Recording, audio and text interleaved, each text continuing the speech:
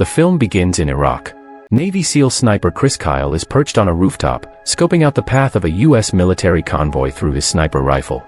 He sees a man on a rooftop talking on a cell phone, and he appears to be watching the convoy, which Kyle reports it through his headset. He is told that if the man is reporting troop movement, he has the green light to shoot him, but Kyle is unsure. His Marine backup suggests that he may just be talking to his girlfriend on the phone. The man disappears from the rooftop, and a few moments later, a woman and a young boy appear in the doorway of the same building and walk toward the convoy. Kyle reports the woman and boy, noting that the woman is not swinging her arms as she walks and appears to be carrying something. No one in the convoy can see it to confirm. He watches through the scope as the woman removes something from her cloak and hands it to the boy, and he realizes that it is a grenade. He again gets the green light to shoot, but his Marine guard warns him that he will be sent to prison for shooting a child, if he's wrong. The film cuts to a young Chris hunting with his father, and he shoots and kills a deer. His father congratulates him on his excellent shot, telling him he has a gift. Chris happily approaches the deer, dropping his gun to the ground as he runs to it. His father reprimands him for treating his gun cavalierly. Over several scenes set in his childhood, we see young Chris, his younger brother Jeff and his parents attend church, where he pockets a small well-worn copy of the New Testament. There's also a scene of Jeff being beat up by a much larger kid on a playground. Chris runs up and pulls the bully off, beating him up. In the next scene, seated at the family's dinner table, Chris' father tells the boys that there are 3 kinds of people in the world: sheep, wolves, and sheepdogs. Sheep don't believe that there is evil in the world, wolves are predators who commit evil, and sheepdogs are blessed with the aggression and bravery to protect the world from evil. The speech clearly makes an impact on Chris. Years later, Chris is competing in rodeos with his younger brother traveling alongside him. He returns home one night and finds his girlfriend in bed with another man. He hits the man several times and kicks him out before turning around to kick his girlfriend out. She complains that he abandons her every weekend to go to rodeos, believing himself to be a cowboy when he's just a failed farmer. As Chris and his brother watch TV, they see the news of a terrorist attack on the U.S. embassies in Tanzania and Kenya. Chris is angry that U.S. citizens are being attacked and feels compelled to do something to protect his country. He visits a U.S. Navy office and talks to the recruiter. The recruiter suggests that Kyle might be interested in the SEAL program and hands him a pamphlet, but Kyle remarks that he's not much of a swimmer. The recruiter takes the pamphlet out of his hand and says that it's not for most men, but Kyle retorts that he's not most men. Kyle goes through the rigorous training process, which includes being blasted with a powerful hose while exercising, laying down on the beach and letting the cold surf wash over him, as well as being verbally harassed by the officers who run training, mocking him for being too old to be a SEAL at the age of 30. He also goes through sniper training, bringing in his hunting background. The instructor reminds them to aim small, miss small. If they aim for a button on a man's shirt, they might miss by only 2 inches, but if they aim for the shirt altogether, they might miss by 2 feet. His instructor also tells him to keep his non-scoping eye closed, to better focus on the target.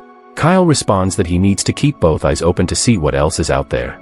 The instructor tells him that they are shooting at a target, and there's nothing else out there, and reprimands him with 50 push-ups. Kyle proves him wrong by shooting a snake, hidden in the grass on the shooting range. In the meantime, Kyle meets a woman named Taya, Sienna Miller, at a bar one night. She tells him that she would never marry a SEAL, as her sister did but was cheated on and lied to constantly. She also challenges him at drinking shots, showing off how tough she is, but she ends up vomiting outside the bar. Kyle is kind to her, holding her hair back and taking care of her. He calls her repeatedly until she agrees to date him, and their relationship progresses. She asks him at one point if she ever thinks about who will be at the end of his gun, and he tells her that he just wants to protect his country. On their wedding day, he and his fellow SEALs receive word that they will be deployed to Iraq, which they celebrate. After his wedding, Chris leaves for Iraq, and this was his first tour in Iraq. Chris reaches Iraq, and seeing his sniping abilities, he is given the role of a sniper in this war. Chris's job is to protect his teammates. He will keep an eye on them, and if any danger comes to them, he will eliminate it from a distance. But in this war, Chris is not the only sniper. There is someone else here who is thirsty for the blood of U.S. soldiers. Here, Chris's one of his teammates tells him that there is a dangerous sniper among Al-Qaeda's terrorists who kills his target from a distance of 500 yards, and that sniper's name is Mustafa. He tells that Mustafa's aim is inaccurate. He has killed many of our soldiers and he has given a headshot to all of them. But here, Chris doesn't care about these things. According to the plan, he takes his position and gives cover to his team who had gone out for patrolling. And now the story comes in real time. Chris shot that kid and he got stuck there. But as soon as he died, his mother picked up that bomb and started moving forward with it. And Chris had to shoot that lady even though he didn't want to. As soon as Chris came to Iraq, he killed a woman and a child. and he was very sad to do this. But when his team appreciated this, he felt a little relieved. The next day, Chris takes his position again and starts giving cover to his team. Then he sees a car which was moving towards his team at high speed. Here, Chris did his magic again and gave a headshot to the driver of the car. And the car stopped in time. And as soon as it stopped, there was a huge explosion. And once again, Chris saved the lives of many soldiers. That day, he killed 2 more terrorists who were trying to attack US soldiers. That evening, we also see Mustafa, the sniper of Al-Qaeda. And he was also in his position. Then a US soldier came to his target, and as soon as he got a chance, he gave a headshot to that soldier. Here, Chris had been in Iraq for 3 days. And in these 3 days, he had killed 8 terrorists. Seeing Chris's ability, his teammates were very happy with him. And they all started calling him the legend. Days go by like this. And one day, Chris gets a call from Taya. And we see that now Taya is pregnant. Here, Chris asks Taya about her health. And they both keep talking to each other for a long time. After a while, Chris's senior has a meeting with all the soldiers. And he tells them about a man whose name was Abu Musab al-Zarqawi. Chris's senior tells him that Zarqawi is the leader of Al-Qaeda. And he was the one who carried out the attacks in America. So we have to kill this terrorist at any cost. And there is only one way to kill him. And that is to go home and look for him. The operation begins. And one unit of the soldiers goes home and looks for Zarqawi. Here, Chris also takes his position and covers his teammates. However, he also wanted to go on a ground mission because he believes that he can also play the role of a ground soldier along with being a sniper. During this mission, Chris's many teammates get injured. Because when they are inside the house, Chris can't see them and can't cover them. So now he also becomes part of a ground team and goes home and looks for Zarqawi. Meanwhile, they reach a house where they find a family. Here, Chris suspects this man and he catches him and asks him about Zarqawi. On this man says that I will give you the address of Zarqawi. But in return, I need $100,000 so that I can leave with my family. After this, Chris's team returns to their base and tells their chief everything. Here, Chris's chief says that if that man really has any information, then we will give him $100,000. After this, Chris's team takes money and goes to that man's house. But then we see Mustafa, who is sitting with his position. And as soon as he sees Chris's team, he starts shooting at them. Here, Chris tries to know the location of Mustafa, but it is of no use. Zarqawi comes to this man's house because he found out that this man is helping the US soldiers. So he kills him and his son and leaves from there. As soon as the work is over, Mustafa also stops his firing and leaves from there. Now Chris gets very angry and he wants to kill Mustafa at any cost. But for this, he has to wait a little longer because his first Iraq tour ends here. After this, he returns to his house and his Taya comes to pick him up at the airport. Now Chris had returned home, but his mind was still in the battlefield. He was lost in his thoughts all day and kept watching war news on TV. One day, his stomach started to hurt, so he immediately went to the hospital, and here his Taya gave birth to a boy. Days go by and Chris's second Iraq tour begins. When Chris reached Iraq, he was told that his ability has been promoted and now he is an army chief. Here, Chris's senior tells him that you have become the most wanted army in Iraq and your biggest enemy is Zarqawi, and he has also given you a reward of $200,000. But these things don't affect Chris. As soon as he comes to Iraq, he makes a team and continues to search for Zarqawi. Meanwhile, Chris's team gets the news that Zarqawi is now around them, and knowing this, they speed up their mission. Meanwhile, they enter a house where they find a family. They ask the head of the family about Zarqawi, but this man says that he doesn't know anything about Zarqawi. Here, Chris's team decides that they will hide in this house and keep an eye on the surrounding movement. Now here, their luck is on their side and they see Zarqawi entering a building. Now Chris's team also sits down so that as soon as he comes out of the building, they kill him. Now these things are going on that the owner of this house comes to them and invites them for dinner. He tells them that there is a feast at our house and we never eat alone. Chris's team also agrees to this and they all start eating together. Then Chris's eye falls on this man's elbow, which was badly scratched. This happens when someone sits with him for hours, like while sniping. Here, Chris suspects this man, so he quietly leaves and starts searching the house. Meanwhile, he finds a gun shop in a secret chamber. He immediately comes to this man and takes him to a corner. After a lot of threatening, this man finally opens his mouth. He tells everyone that Zarqawi is hidden in the building in front and he knows me. Now Chris's team also takes their position and sends this man to Zarqawi.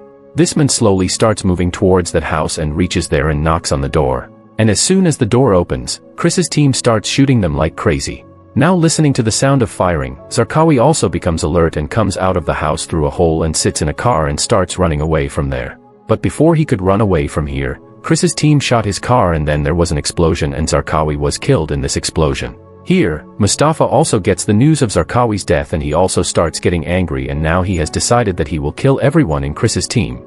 Now Chris's second tour is also over and he returns home. But this war has entered his mind and he is having a lot of trouble in living a normal life.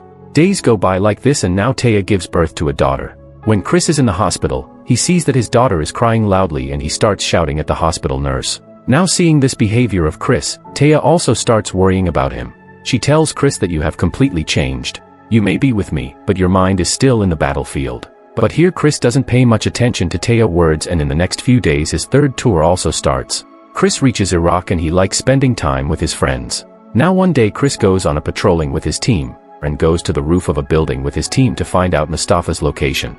Then we see Mustafa, who was sitting with his position. Chris's teammate's name was Beagles. Here Chris and Beagles are talking. That's when Mustafa shoots and the bullet hits Beagles. Here Chris tries to know his location, but it was of no use. So he immediately comes down with Beagles and everyone takes him to the base. Now seeing this situation of Beagles, Chris and all his teammates get furious and they all go in search of Mustafa. But this was their biggest mistake because Mustafa was still in his position and now Chris's entire team was on his target. Here Mustafa killed Chris's other teammate whose name was Mark. Now seeing Mark die, Chris was completely broken because they were friends from the training camp. Now seeing the situation, Chris's third tour was also ended here. Then Chris came home and attended Mark's funeral. Then he went to the hospital to meet Beagles and promised him that he will kill Mustafa. One night when he was with Taya, he started talking to him weirdly as if he wants to say that he is also going to die like his teammates. Now hearing all this, Taya gets very nervous and starts crying loudly. She tells Chris to leave the army right now. On this, Chris says that I can't do this because as long as I live, all my teammates can roam freely, and if I don't stay there, then Mustafa will kill everyone one by one. On this, Taya tells him that if you go back to the war, then maybe when you come back, you won't be able to find us.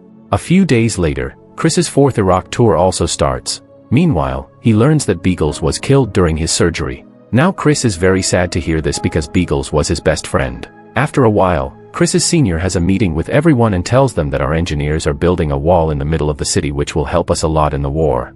But there is a sniper in that area who is killing our soldiers. And we got the news that this sniper is no one else but Mustafa. Now as soon as he hears Mustafa's name, Chris's entire team starts to kill him. They reach the location and Chris takes aim and sits down. Then we see Mustafa and he is also in his position. Then he fires a bullet and it hits a US soldier. Now Chris also hears this gunfire and finally he gets to know the location of Mustafa. But he was at a distance of 2,000 feet, 1.8 kilometers from him. In simple words, it was as far as 21 football ground and it was impossible to take a shot here. Chris tells everyone that Mustafa is on my target and he is about 2 kilometers away from here. As soon as they hear this, everyone tells Chris not to take this shot because the chances of this shot hitting Mustafa were 0. On top of that, all these people were surrounded by Al-Qaeda terrorists. And if Chris fires, they will also get to know their location. Seeing all this, Chris's senior immediately sends a backup team and tells Chris not to shoot. But here Chris had a gun on his head and he had to kill Mustafa at any cost. Now here Chris does something that was impossible for any ordinary sniper. He takes aim and shoots. His bullet goes up to 2,000 feet and directly hits Mustafa. And this was a perfect headshot. Everyone is shocked to see this and no one believes their eyes. But now the bad thing is that the terrorists have also found out their location and they are also coming towards them in large numbers. Now, looking at the situation, Chris's senior gave the order for an airstrike and the US Army started dropping bombs from helicopters. Although Chris's team could have died from this attack, but they had no other option. Now seeing all this, Chris gets very scared and he thinks that he will not survive now. So he calls his Taya and tells him that he is ready to come home now. Here, Chris's luck is on his side and at the same time a sandstorm starts coming towards them. And taking advantage of this opportunity, Chris's team leaves from there. And this was Chris Kyle's last mission. After this, Chris left the army and returned home. But this war had a very bad effect even after coming home. His mind was lost in the battlefield. Being a sniper, he started noticing even the smallest things. One day, Chris is sitting in the park with his Taya and Chris's son is playing with a dog. Here Chris thinks that that dog is going to bite his son when he is just playing with him. Here, Chris kidnaps that dog and is about to kill him when his Taya calls him and stops him. Seeing his deteriorating condition, Chris comes to meet a doctor. Here, the doctor tells Chris that it has spread all over, that you have killed more than 200 people. Do you regret this? On this, Chris says that no, I don't regret this because if I hadn't killed them, they would have killed my brothers. Here, the doctor asks him that do you still want to help people? On this, Chris says yes. After this, the doctor brings him to a hall where there are many injured soldiers, and after talking to them, Chris feels better. Days like this pass, and now Chris was slowly getting normal. He used to spend time with his family and used to go hunting with his son. One day, a man comes to meet Chris and he calls himself a soldier and tells Chris that I need your help. Here, Chris also sits in his car and goes with him.